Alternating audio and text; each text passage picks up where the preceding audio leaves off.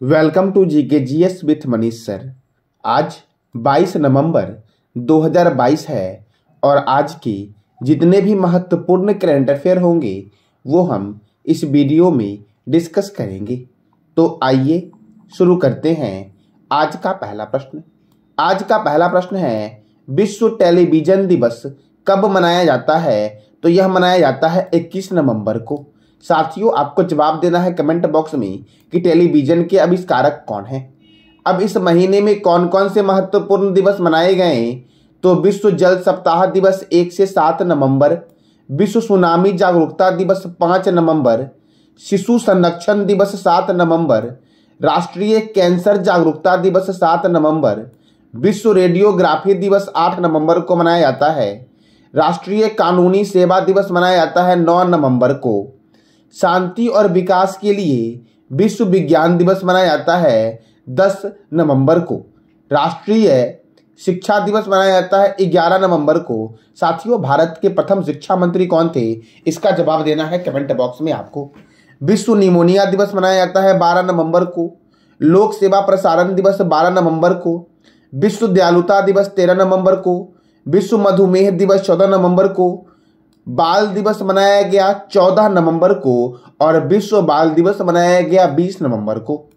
अंतर्राष्ट्रीय सहिष्णुता दिवस 16 नवंबर, राष्ट्रीय प्रेस दिवस 16 नवंबर को मनाया गया, राष्ट्रीय मिर्गी दिवस 17 नवंबर, अंतर्राष्ट्रीय छात्र दिवस 17 नवंबर और विश्व छात्र दिवस मनाया गया 15 अक्टूबर को मनाया जाता है प्रत्येक वर्ष विश्व छात्र दिवस। विश्व बाल यौन शोषण रोकथाम दिवस 18 नवंबर, प्राकृतिक चिकित्सा दिवस 18 नवंबर, अंतर्राष्ट्रीय पुरुष दिवस 19 नवंबर, विश्व शौचालय दिवस 19 नवंबर, विश्व मत्स्य दिवस 21 नवंबर और विश्व टेलीविजन दिवस मनाया गया 21 नवंबर को। अब अगला प्रश्न है आपका, हाल ही में 2022 का जेसीबी साहित्य पुरस्कार किसे दिया गया? तो यह दिया गया खालिद जावेद को। किसे दिया गया? तो खालिद जावेद जी को दिया गया द पैराडाइज ऑफ फूड के लिए। अब देखो, 2021 का जेसीबी पुरस्कार किसे दिया गया? तो एस मुकुंदन को दिल्ली ए सोलियोकुलियो पुस्तक के लिए 2021 का जेसीबी पुरस्कार दिया गया। गीतांजलि श्री को टॉम्ब ऑफ सेंट अर्थात रेत की समाधि के लिए 2022 का मैन बुकर अंतर्राष्ट्रीय पुरस्कार दिया गया। सिहान करुणा तिलका को बुकर पुरस्कार 2022 the 7 moon of Maali Almeida पुस्तक के लिए दिया गया। बिहारी पुरस्कार 2022 माधव हंडा को पचरंग चोला पहर सखीरी पुस्तक के लिए दिया गया। ज्ञानपीठ पुरस्कार 56वां ज्ञानपीठ पुरस्कार 2021 जो दिया गया आपका, ये दिया गया किसको? तो असमिया कवि हैं जिनका नाम है नीलमणि फुक्कन जूनियर को दिया गया। सरस्वती सम्मान 2021 दिया गया राम दशरथ मिश्रा को मैं तो यहाँ हूँ कविता संग्रह के लिए, और यह सरस्वती सम्मान 2021 का 31वां संस्करण था।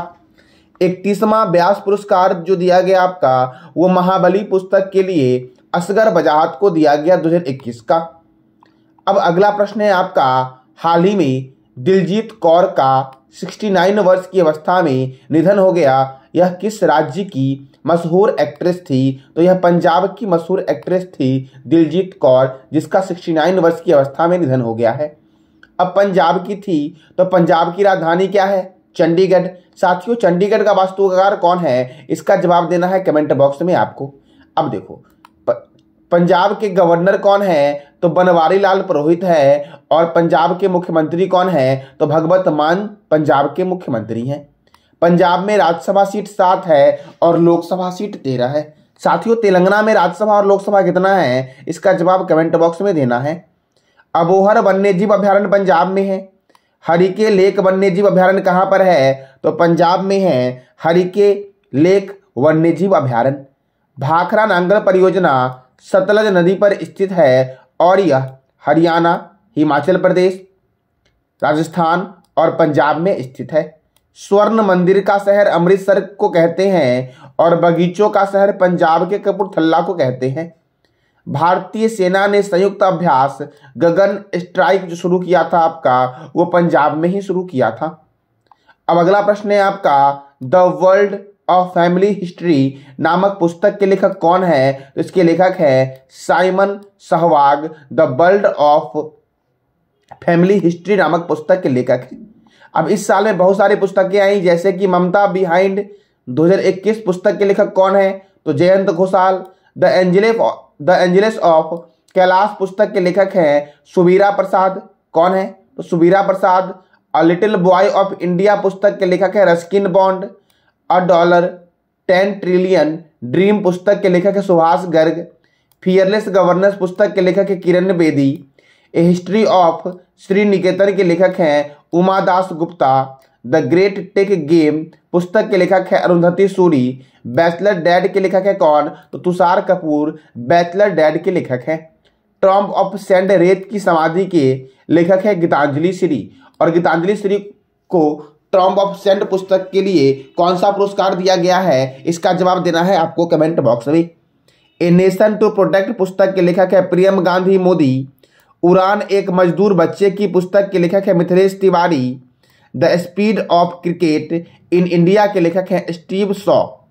How to earth god it's beauty पुस्तक के लेखक है सुधा मूर्ति। और बिल पावर पुस्तक के लेखक कौन है? तो सोजेन मरीन जो आपके हैं वो है बिल पावर पुस्तक के लेखक। मुस्कुराते चंद लम्हे और कुछ खामोशियां के लेखक है Jeevesh Nandan. The philosophy of modern song के लेखक है Bob Dylan. From dependence to self reliance पुस्तक के लेखक है बिमल जलान। और न्यूक्लियराइजेशन ऑफ एशिया पुस्तक के लेखक है रेने नावा। कौन है? तो रेने नावा। ये थे इस साल के महत्वपूर्ण पुस्तक। अब अगला प्रश्न है आपका, हाल ही में किसने आदिवासी बच्चों में तीरंदाजी को बढ़ावा देने हेतु 100 एकेडमियां स्थापित करने की घोषणा की है? तो यह घोषणा किया गया है जनजातीय कार्य मंत्री के द्वारा। किसके द्वारा किया गया है? तो यह घोषणा किया गया है जनजातीय कार्य मंत्री के द्वारा। जनजातीय मामलों के केंद्रीय मंत्री कौन हैं? तो अर्जुन मुंडा हैं जनजातीय मामलों के केंद्रीय मंत्री। अच्छा साथियों, महिला और बाल विकास मंत्री कौन है? तो स्मृति ईरानी हैं महिला और बाल विकास मंत्री। केंद्रीय गृह मंत्री कौन है? तो अमित शाह हैं। केंद्रीय शिक्षा मंत्री कौन है? तो श्री धर्मेंद्र प्रधान। रेल मंत्री कौन है? अश्वनी वैष्णव। जल शक्ति मंत्री कौन है? तो गजेंद्र सिंह शेखावत। ग्रामीण विकास मंत्री कौन है? तो गिरिराज सिंह है। ग्रामीण विकास मंत्री कौन है? तो गिरिराज सिंह है। पेट्रोलियम एवं प्राकृतिक गैस मंत्री कौन है? तो हरदीप सिंह पुरी हैं। सूचना और प्रसारण मंत्री कौन है? तो अनुराग सिंह ठाकुर हैं। कानून और न्याय मंत्री कौन है? तो किरण रिजिजू जो आपके हैं वो कानून और न्याय मंत्री हैं। साथियों, केंद्रीय खेल मंत्री कौन है? तो इसका जवाब देना है कमेंट बॉक्स में आपको कि केंद्रीय खेल मंत्री कौन है। अब अगला प्रश्न है आपका, संघाई कोऑपरेशन ऑर्गेनाइजेशन अर्थात SCO सम्मेलन 2023 का आयोजन कौन सा देश करेगा? तो SCO सम्मेलन 2023 का जो आयोजन होगा वह अपने देश भारत में होगा। अब SCO तो संघाई कोऑपरेशन ऑर्गेनाइजेशन, इसका मुख्यालय है चाइना के बीजिंग में और इसकी स्थापना हुई थी 15 जून 2001 में। और इसके सेक्रेटरी जनरल जो आपके हैं वो कौन है? तो झांग मिंग जो आपके हैं वो इसके सेक्रेटरी जनरल हैं। अब अगला प्रश्न है आपका, नेटवर्किंग रेडिनेस इंडेक्स 2022 में भारत का स्थान क्या है? तो इसमें भारत का स्थान है 61वां। अब इसे प्रथम स्थान पे कौन है नेटवर्किंग रेडिनेस इंडेक्स में? तो अमेरिका प्रथम स्थान पर है और दूसरे स्थान पे है सिंगापुर। कौन है? तो दूसरे स्थान पर है सिंगापुर इसमें। अब साथियों, अमेरिका प्रथम स्थान पर है तो अमेरिका के राष्ट्रपति कौन है? तो जो बाइडेन है अमेरिका के राष्ट्रपति। और अमेरिका के उपराष्ट्रपति है कमला हैरिसन। अमेरिका के उपराष्ट्रपति के द्वारा promise to keep and promise me dad नामक पुस्तक लिखा गया। अब देखो, विश्व खुशहाली सूचकांक 2022 में फिनलैंड प्रथम स्थान पर है और भारत का स्थान 136 है। वैश्विक शांति सूचकांक 2022 में आइसलैंड प्रथम स्थान पर और भारत का स्थान कितना है? तो 135 है।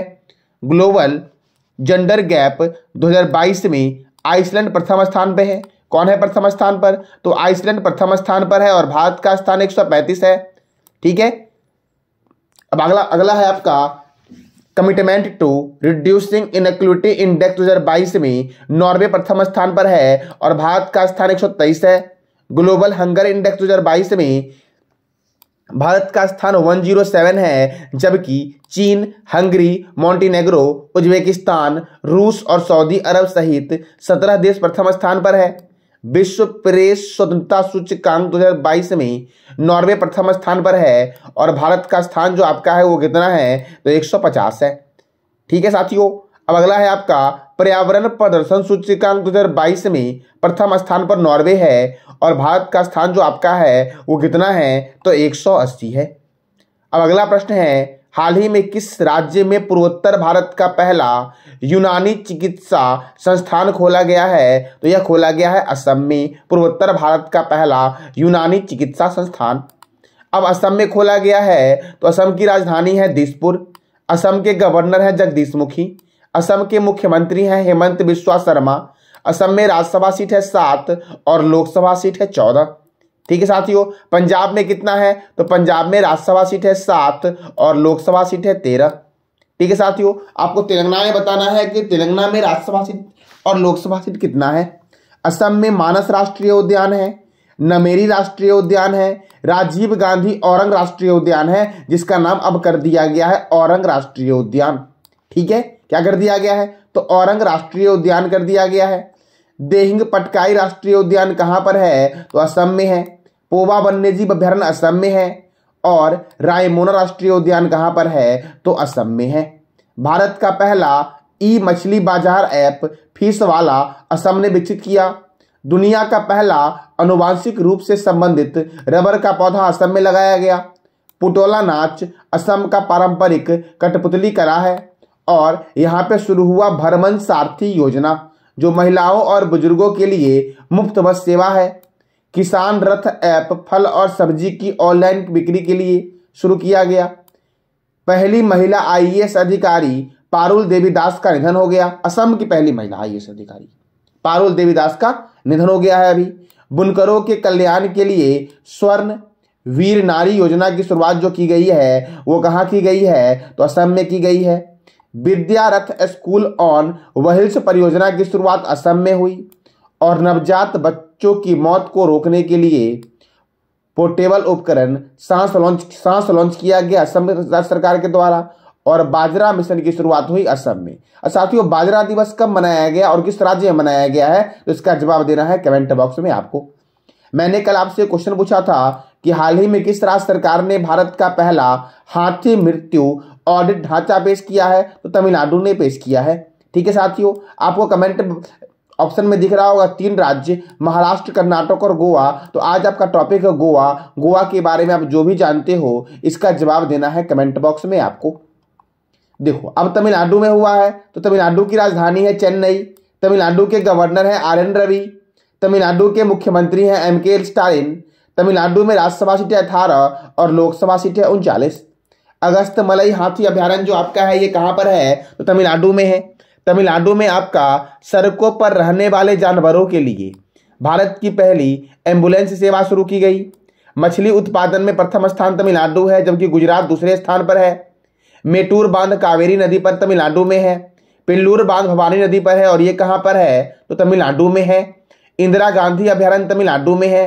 अच्छा, Mahatma Gandhi marine national park कहाँ है, तो इसका जवाब कमेंट बॉक्स में देना है आपको। मुद्दुमलाई अभ्यारण्य कहाँ है, तमिलनाडु में है।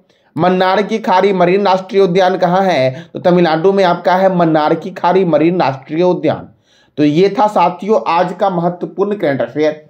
आज का आपका प्रश्न है, हाल ही में 2024 ओलंपिक और पैरा ओलंपिक शुभंकर फ्रीजियन कैप का अनावरण किया गया है। तो 2024 के ओलंपिक खेलों का आयोजन किस देश में हो रहा है, तो इसका जवाब देना है कमेंट बॉक्स में आपको। और उस देश के बारे में आप जो भी जानते हो उसका जवाब कमेंट बॉक्स में देना है आपको। तो साथियों, ये था आज का आपका करंट अफेयर। जानकारी अच्छी लगी हो तो लाइक करें, शेयर करें और सब्सक्राइब करें। धन्यवाद।